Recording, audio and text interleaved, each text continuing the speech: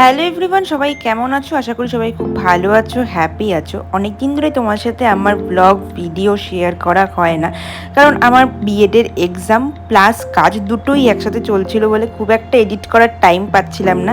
আর আজকে তো পরীক্ষা শেষ, তো পরীক্ষা শেষ করে আমরা সবাই ক্লাসরুম থেকে বেরোচ্ছিলাম, আর বাইরে ছিল প্রচণ্ড রোদ।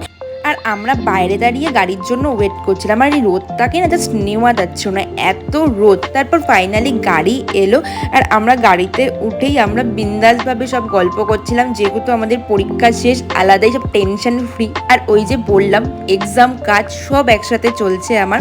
আর সেদিন ছিল আমার মেহেন্দির বুকিং, তাই বাড়ি এসে সব কিছু ঝটপট রেডি করে আবার মেহেন্দি পড়াতে বেরিয়ে গেলাম। আর এই হলো আমার এক হাত প্রায় কমপ্লিট হয়ে গেছে দিদির। আর দিদি ছিল আজকের আমার মেহেন্দি ব্রাইড, আর এই ব্রাইডাল মেহেন্দিটা আমি দিদির হাতে করেছি। তোমরা জানিও তোমাদের কেমন লেগেছে, আর ভালো লাগলে কন্ট্যাক্ট